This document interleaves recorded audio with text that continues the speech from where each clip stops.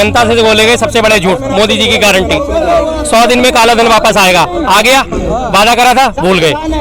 नोटबंदी से काला धन खत्म हो जाएगा, नोटबंदी कर दी, उसके रिजल्ट सबने देख लिए, 2000 का नोट बदले में चलाया, वो 2000 का नोट भी बंद कर दिया, रिजल्ट वहीं के वहीं है, कोई बदलाव नहीं आया। 15-15 लाख खाते में ऐसे ही आ जाएंगे, आ गए किसी के खाते में, कोई मतलब नहीं। उसके बाद पेट्रोल डीजल 35 रुपए लीटर होगा, क्या हुआ? नहीं हुआ। रुपया मजबूत होगा, क्या हुआ? नहीं हुआ। अरे भाई साहब, दो ये रही ना पूरी जनता से ये क्या पेट्रोल डीजल लीटर होगा, वो कहाँ लिखा हुआ है? प्रति लीटर नहीं दे रहा आपको लिखा हुआ, पेट्रोल डीजल रुपए 35 प्रति लीटर, पढ़ा भी नहीं जा रहा आपसे। ये लो चश्मा लगा लो, मैं तो लगा रखा, मेरी तो नजर वास्ते में कमजोर है, तो मैं तो लगाता हूँ। अंधभक्ति का उतारो, ये वाला लगाओ, बताओ। ये मोदी जी की गारंटी की बात है, इसीलिए मैं कह रहा हूँ कि मोदी जी की याददाश्त जो है, फिर भी आपके सामने नहीं आ रही। मोदी जी की याददाश्त सब कमजोर हो चुकी है, उन्हें डिमेंशिया रोग हो गया है। डिमेंशिया रोग का मतलब होता है याददाश्त कमजोर पड़ना और कह के भूल जाना। अगर उन्होंने सच्चाई कही होती तो भी एक बार को याद होती। भाई साहब आगे की लिस्ट, 1 मिनट जरा, 2022 तक 100 स्मार्ट सिटी बनेगी, एक भी स्मार्ट सिटी आज तक तैयार है। प्रधानमंत्री का खुद का संसदीय क्षेत्र वाराणसी आज तक स्मार्ट सिटी का रूप नहीं ले सका है। उसके बाद 2022 तक हर परिवार को एक घर। अभी पीछे उन्होंने घोषणा करी निर्मला सीतारमण जी ने कि हमने 3 करोड़ लोगों को पक्के घर दे दिए, एक दिन के अंदर मोदी जी ने, क्योंकि झूठ था। क्या बोला कि हमने 4 करोड़ लोगों को पक्के कर दी थी, एक दिन में मोदी जी ने 1 करोड़ की संख्या बढ़ा दी। उन्हें याद ही नहीं है, हकीकत याद रहती है, झूठ कभी याद नहीं रहता।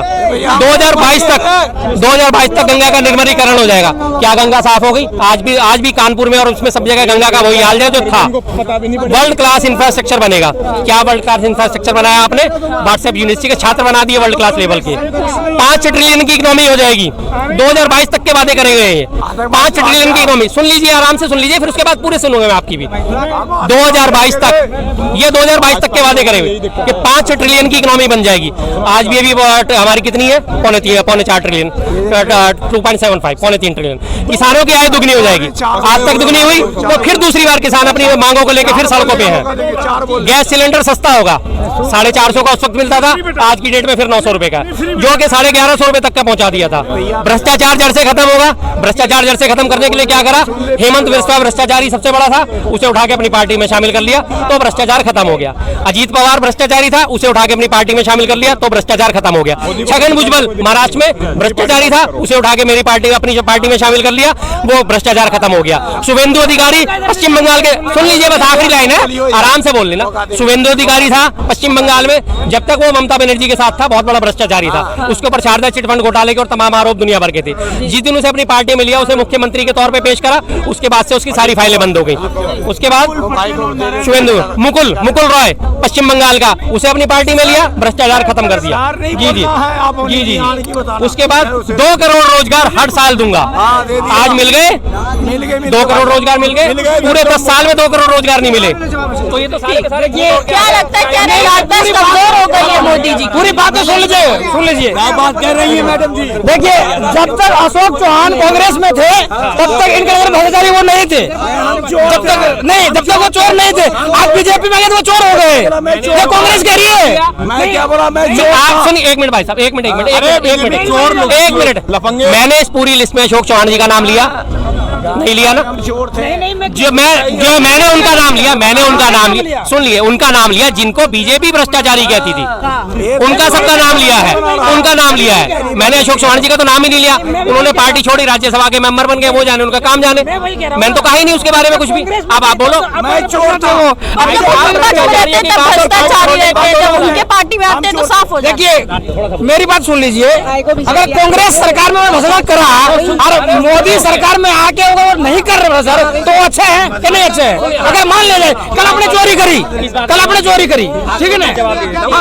बात पूरी हो गई आपकी, बात पूरी हो गई, कानून काम कर रही है ना? नहीं, बात पूरी जाएगी, बात पूरी नहीं हो रही। कहने का मतलब ये है कि आप जब तक कांग्रेस में थे, आपने खूब चोरी करी, उस पर केस चल रहा है, कार्रवाई हो रही है। अगर वो बीजेपी में आना चाहती है, अगर आ गए बीजेपी में, अगर वो यहाँ चोरी नहीं करेंगे तो वो इंसानी बनेंगे क्या? भ्रष्टाचारियों को अपने पार्टी में उसको बढ़िया। आपने तो यार मोदी जी की वाशिंग मशीन को ये सही का ठप्पा लगा दिया आपने तो। पहली बात, मैंने सारे भ्रष्टाचारियों की बात करी थी। अशोक चौहान जी का नाम अभी तक भ्रष्टाचार में शामिल नहीं है। पुराने कांग्रेसी थे, उनके पिता भी मुख्यमंत्री रहे, वो खुद भी मुख्यमंत्री रहे। आज उन्होंने पार्टी छोड़ी, दूसरी पार्टी में शामिल हो। बीजेपी ने भी उनके ऊपर, सुन यार, अब सुना करो ना, आपकी सारी बात सुनी।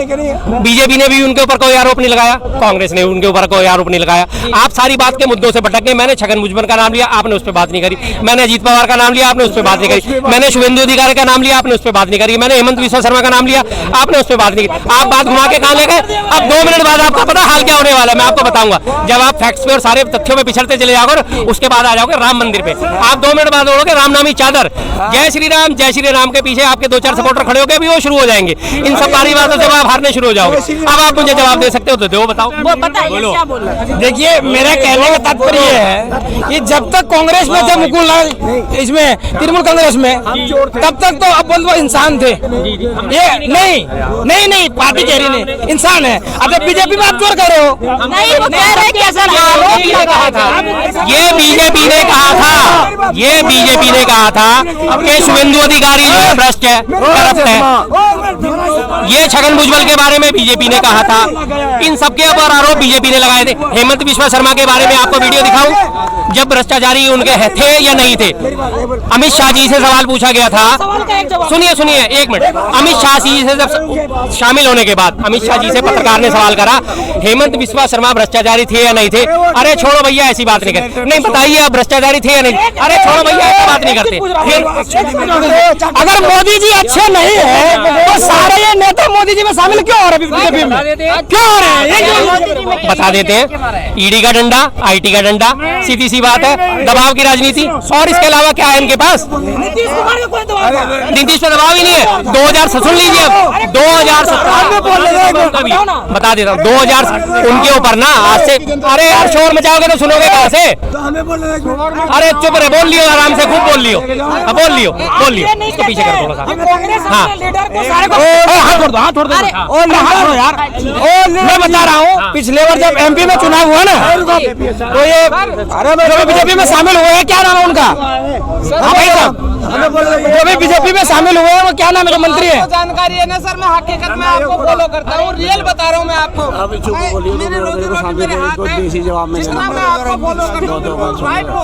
धन्यवाद सर, धन्यवाद। यही बात जानी चाहिए जनता में, और बस इसके अलावा कोई मतलब नहीं है मेरा। बस बहुत बहुत धन्यवाद। नफरत है बहुत ना, मुझे बीजेपी से नफरत है। मुझे हौले कर दूंगा। उन्होंने तमाम गारंटी गिनवाई की जो मोदी जी नहीं पूरा कर पाए हैं। जैसे रोजगार की गारंटी की थी, स्मार्ट सिटी बनाने का किया था, 15 लाख खाते में आएंगे ये बोला गया था। कुछ भी इनमें से पूरे नहीं हुए हैं, क्या लगता है? देखिए, बीजेपी की जो पुरानी मुद्दा था, वो सबसे बड़ी 2 मुद्दा था जो कि आपके सामने है। भारत 170 उसको हटा दिया, और पूरे विश्व के जो फायदा हुआ है उससे? अब बता रहा हूँ मैं, पूरे विश्व के जो है, तो पूरे विश्व मानते हैं राम मंदिर, जो 500 वर्ष तक आज तक किसी ने नहीं बना पाया, वो मोदी के कार्यकाल में बना गया। ये पुरानी गारंटी इनकी थी, जो पूरा कर दिया बीजेपी की। मैं मोदी की बात नहीं कर रहा हूँ, ये कर दिया। अब कोई कह रहा नहीं कर पाया पूरा, अब पता नहीं वो क्या क्या करते हैं। अब जहाँ तक भैया बोल रहे हैं कि नेताजी झूठ बोलते हैं, ठीक ना, तो मैं बताऊंगा कि यहाँ ऐसा कौन नेता है जो झूठ नहीं बोलते, उनका नाम भैया बता दें एक बार। ये तमाम गारंटी उन्होंने गिनवाई है जो पूरे नहीं कर पाए हैं, वो गारंटी क्यों नहीं पूरी हुई है? कुछ गारंटी जो पूरे हो गए हैं, और जो नहीं हुए वो भी पूरे होंगे अगले बार। 2045 तक भारत विकसित देश बन जाएगा। अच्छा, हाँ जी।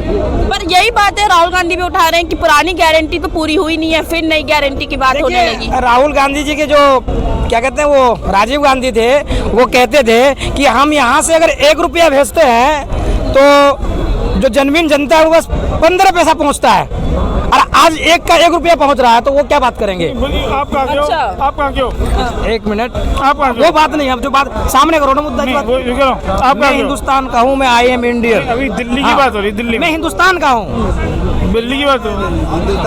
अब सामने बात करो, कैमरे में मुझसे बात पूछ रहे हैं। क्या क्या कहना क्या चाह रहे हैं? दिल्ली में सीएम कौन थी? कब की बात कर रहे हो? अभी कुछ दिन पहले की बता रहा हूँ, कुछ दिन पहले की। कितने दिन पहले की बताओ तो? अरे 15 साल सिलेक्शन राज किया। हाँ, वो किया। कौन किसकी थी? वो कांग्रेस की थी। फिर इतने फ्लेवर किसके बने? तो मैं कहाँ कर रहा हूँ, नहीं काम हुए? मैं तो बोला नहीं काम नहीं हुआ कांग्रेस के कार्यकाल में। मैंने बोला कि काम नहीं हुआ कांग्रेस के कार्यकाल में। नहीं, फ्लेवर किसके बने? कांग्रेस से बने? सही है। नहीं, ये बताओ, कांग्रेस से बने ना, तो कांग्रेस कहाँ से पैसा लाया था? क्या? भाजपा के कार्यकर्ता और एजेंट इतने बेशरम हो चुके हैं, जो कि अन्नदाता जो जिनके अन्न खाते हैं, जिनका अन्न खाते हैं उनको गालियां दे रहे हैं, उनको खालिस्तानी बोला जा रहा है। मेरी बात सुन लो, कान खोल करके पूरी भाजपा सुन ले। माटी पुत्रों से अडानी पुत्र की लड़ाई नहीं हो सकती। माटी पुत्रों से अडानी पुत्रों की लड़ाई नहीं हो सकती। ठीक है, तुम गू नहीं खाते भाई, अन्न खाते तुम भी, समझे? वो किसान है, वो किसान है, वो किसान नरेंद्र मोदी को रोड पे भी ला देगा, वही किसान, समझे आप? राहुल गांधी ने उनके गारंटियों पे सवाल उठाया है कि वो फिर से नए गारंटी देने लगे, जैसे चुनाव नजदीक आ रहा है, तो कह रहे हैं कि आप पहले के अपने पुराने वादे तो पूरे कर लीजिए, फिर नए गारंटी। जी जी, देखिए मोदी जी जो है वह एक बीमारी होती है डिमेंशिया, जिसको कहते हैं भूलने की बीमारी। मोदी जी उसके शिकार हो गए हैं। अच्छा। मोदी जी ने आज से कुछ साल पहले क्या वादा करा, मोदी ने कल क्या बोला, मोदी जी आज क्या बोल रहे हैं, उन्हें खुद ही याद नहीं रहता। और उसका सबसे बड़ा रीजन क्या आता है कि आदमी जब झूठ बोलता है ना, तो झूठ उसे याद नहीं रहता। सच्ची बात है, आपने आज से 10 साल पहले कही होगी, आपको तब भी याद रहेगी। आप उस बात के लिए आज पूछ लो उस बंदे से, तो उसे आज भी वही बात याद रहेगी। लेकिन झूठ जो होता है वो दिमाग से उतर जाता है। मोदी जी ने जब सत्ता में आने से पहले वादा करे थे 2 करोड़ नौकरी प्रतिवर्ष दूंगा, भूल गए। हर एक घर में रोजगार होगा, भूल गए। 2022 तक सब 19 से भी पहले की बात थी ये तो, कि 5 सालों में 100 स्मार्ट सिटी बना दूंगा, वादा करके भूल गए। विदेशों में इतना काला धन जमा है कि अगर वो सारा वापस आ जाएगा तो सबके खाते में 15-15 लाख रुपए, 15-20 लाख रुपए तो यूं ही आ जाएंगे, और मैं वो काला धन वापस लेके आऊंगा, वादा करके भूल गए। तो मैं तो आज खुल के कहता हूँ कि मोदी जी वास्तव में जो है डिमेंशिया का शिकार हो गए हैं, उनको भूलने की बीमारी लग गई है। अब देखो क्या उनकी वजह है, क्या उनके, और भूलने की बीमारी की वजह ये हो सकती है कि उनके दिमाग में हमेशा एक ही उथल पुथल चलती रहती है। विपक्षी सरकारों को कैसे गिराया जाए, विपक्षी एमएलए कैसे तोड़े जाए, विपक्षी कौन से सरकार के किस नेता के पास ईडी भेजी जाए, किसके ऊपर छापा डलवाया जाए, वो अपने पर करे हुए वादे सारे भूल चुके हैं। ना कांग्रेस से नफरत है, ना बीजेपी से नफरत है। आज मैं क्यों डंडा लेके आया, देखियो ये डंडा क्यों लेके आया? वो भी तेल लगा के। क्यों? मैं पाकिस्तानी हूँ, मैं आतंकवादी हूँ, अच्छा, मैं देश की नागरिक नहीं हूँ। पंजाब कहीं बाहर से है क्या? हम जब आते हैं तो हमारे फूल नहीं बिछाते, कांटे बिछा रहे हैं। आप मैडम आप चल के देख लेना टिकरी बॉर्डर और सी बॉर्डर देख लेना, ऐसे फूल की तो बिछाए नहीं, कांटे बिछा रहे हैं।